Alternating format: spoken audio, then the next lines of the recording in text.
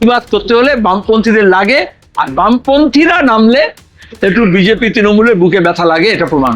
বিচারপতি আরশোলা বলেছিলেন বলে গোটা দেশে এমন বিক্ষোভ হলো নতুন প্রজন্মের বেকার ছেলে মেয়েদের, ছাত্রছাত্রীদের, যে পরে প্রধানমন্ত্রী বলছেন না আমি এরকম বলতে চাইনি, অন্যভাবে পড়ে হয়েছে।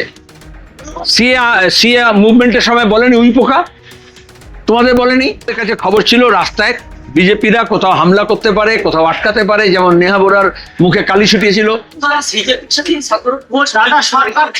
সেই প্রসঙ্গে ওরাই দেশদ্রোহী আরশোলা ছাত্রপাতের জন্ম দেয়, যারা আন্দোলনে নাম করে সবাই অশান্তি চড়ায়। কি বলবে? দিলীপ ঘোষ তো বাচ্চা, মুসলিনি, হিটলার, ফ্যাসিস্টরা বলেছে, অমিত শাহ বলেছে।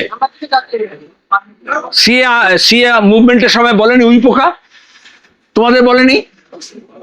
সাংবাদিকদেরকে বলেছে বিজেপি প্রেস্টিটিউটস,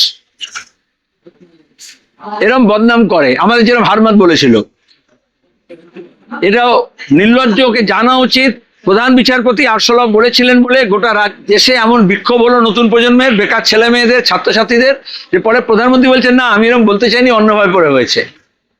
তাহলে এই যে এখন ওরা বলছে তোমার গিয়ে আরবান নকশাল বলেছিল, আন্দোলনজীবী বলেছিল, এখন বলছে দিমাগি নকশাল, এরকম ওরা বদনাম করে। আমাদের তো দেশবিরোধী ইত্যাদি সবসময় বলেছে, এখন তো প্রমাণ হচ্ছে। কালকে আমরা ময়ূখ বিশ্বাস, এসএফআই প্রাক্তন সভাপতি ছিল, সম্পাদক ছিল সাধারণ গোটা দেশের, শতরূপ ঘোষ এবং তারিক, আমরা তিনজনকে কেন পাঠিয়েছিলাম?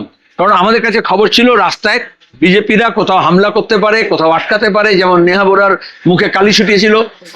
তাহলে আমাদের বামপন্থী ভালো ভলেন্টিয়ার হিসেবে তারা যাবে। তার আগে আমাদের এসএফআই প্রতিনিধিরা গিয়েছিল, দেবাঞ্জন দে এরা গিয়েছিল, আগের দিন থেকে ছিল, যার ফলে কালকে ওরা কোনো সাহস করতে পারেনি।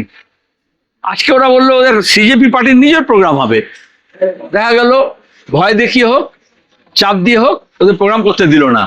সেজন্য প্রতিবাদ করতে হলে বামপন্থীদের লাগে, আর বামপন্থীরা নামলে একটু বিজেপি তৃণমূলের বুকে ব্যথা লাগে, এটা প্রমাণ।